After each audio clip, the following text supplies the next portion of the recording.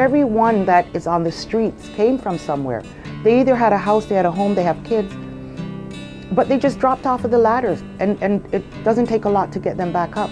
If you got everyone downtown who was like homeless and had drug addictions and to get interested in voting, you'd fill a wide gap.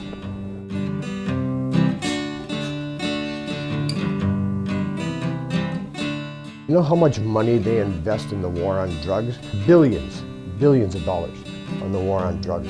The money that they spend on drugs could be put into so many other different aspects like food and housing and shelter.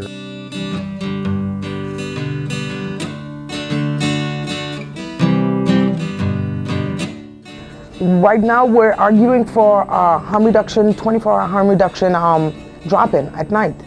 You've got these old buildings in Regent Park that you're tearing down. Take one of them, gut them, redo it.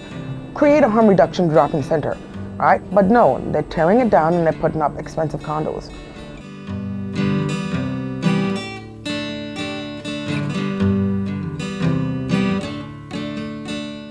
What we need is a 24-hour-a-day drop-in for women. A facility where they can come in, get some rest, get some food, where they can come down. I suggest 50 beds. I'd like to see 100.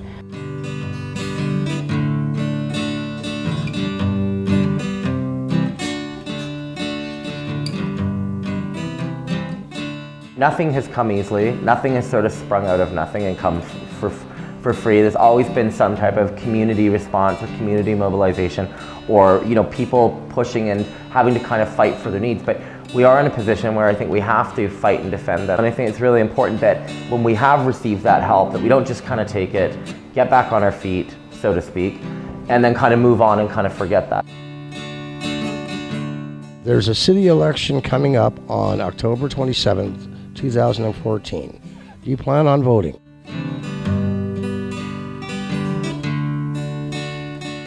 I think our politicians got to learn to respect their people. None of this like side mouth babble, okay? I'm tired of it. They're not happy with the schoolhouse. Well, what's squalor supposed to look like when you're living in it, okay? People are happy with what little they got, and they want to take that away from you. We got to get together. It's time for people to, you got one say, and it's a vote. Voting is your one chance to make a difference. And by not voting, you're throwing that away.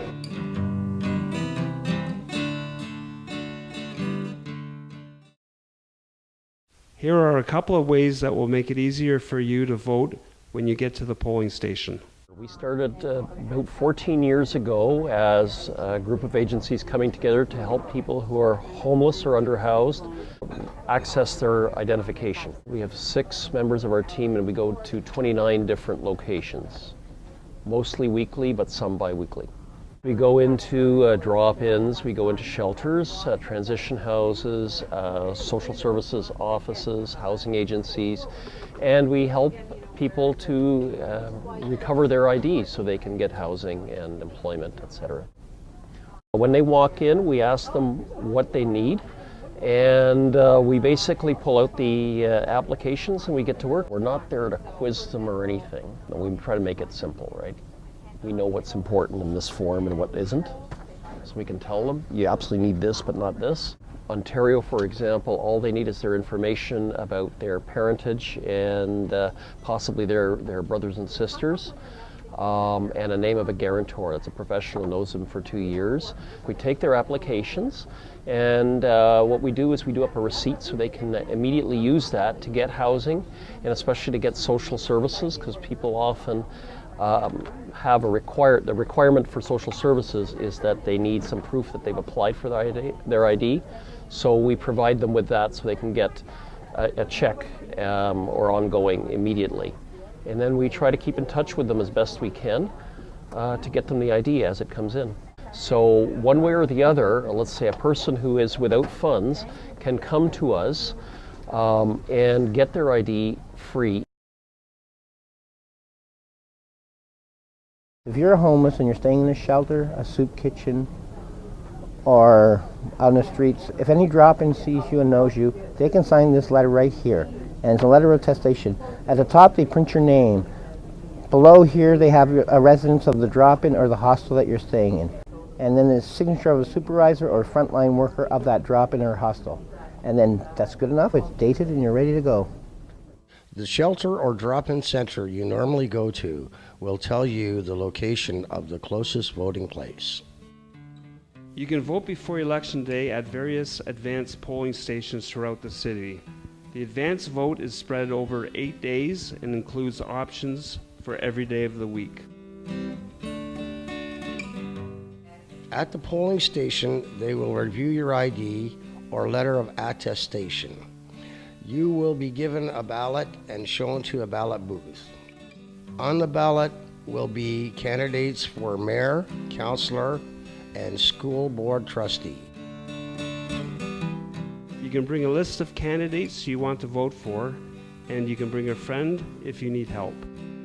In the voting booth, there will be instructions on how to mark the ballot.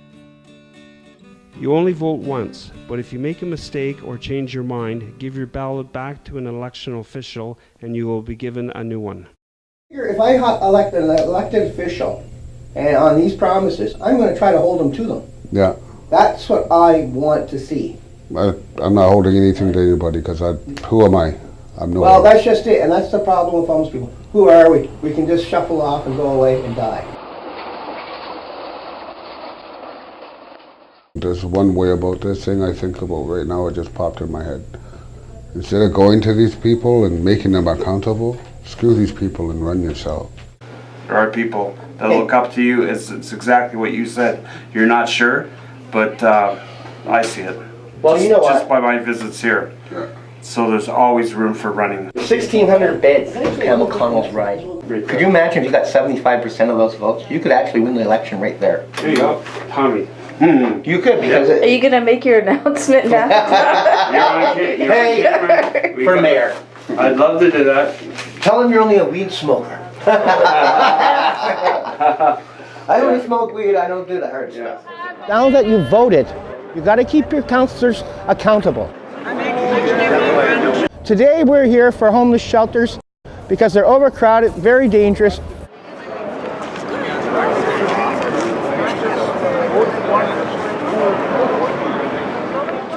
Homelessness, as we have often said in these halls, is the result of a much bigger issue, that of social inequality.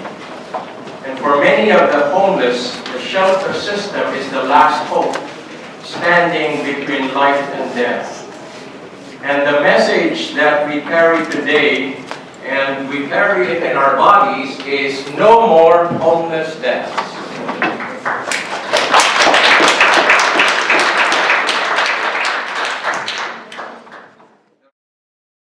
Let's stand together and vote.